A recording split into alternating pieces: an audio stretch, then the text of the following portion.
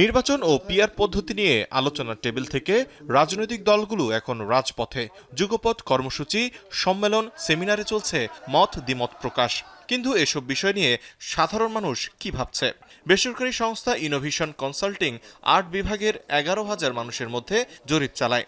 জনগণের নির্বাচন পালস শীর্ষক জরিপের ফলাফল রোববার ডেইলি স্টার ভবনে তুলে ধরা হয়। মানুষ যে নির্বাচনমুখী এটা এখনই দেখা যাচ্ছে। জরিপ বলছে উচ্চশিক্ষিত ব্যক্তিরা সংসদের উচ্চকক্ষে পিআর ব্যবস্থা সম্পর্কে বেশি সচেতন ও অপেক্ষাকৃত বেশি ইতিবাচক মনোভাব পোষণ করেন।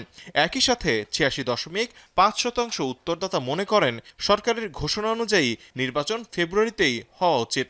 নির্বাচনে ভোট দিতে আগ্রহী ৯৪% উত্তরদাতা। আমি বুঝি নির্মাণের শিল্প, সালাম স্টিল বোঝে ডিউরেবিলিটি। সালাম স্টিল মোস্ট ডিউরেবল স্টিল। যেখানে একটা না দুটো না অনেকগুলো কমপ্লেক্স সিদ্ধান্তর কথা বলা আছে। তবে নির্বাচনকালীন সংঘর্ষ বা সহিংসতা নিয়ে আশঙ্কায় আছেন প্রায় ৫৫% মানুষ।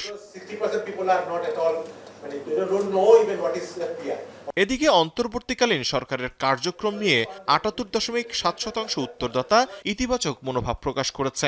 আগামী নির্বাচন খুব পরিষ্কারভাবে বুঝাবে যে সভা সমাবেশ করে আসলে মানুষের ওপিনিয়ন সোয়ে করা যাবে না। সোশ্যাল মিডিয়া মানে নতুন যুগের এইভাবে হয়তো পলিটিশিয়ানরা অনেকেই এটা এখনো বুঝতে চাচ্ছেন না, বোঝেন না যে এটার তারা সোশ্যাল মিডিয়া কি করে, ফেসবুকে বসে সারাদিন কি করে, এটার গুরুত্ব অসীম। ১৪ মাস পরেও জনগণের মধ্যে অন্তর্বর্তী সরকারের কাজের গ্রহণযোগ্যতা আছে উল্লেখ করে প্রেস সেক্রেটারি বলেন, ফেব্রুয়ারিতে নির্বাচন পেছানোর কোনো সুযোগ নেই।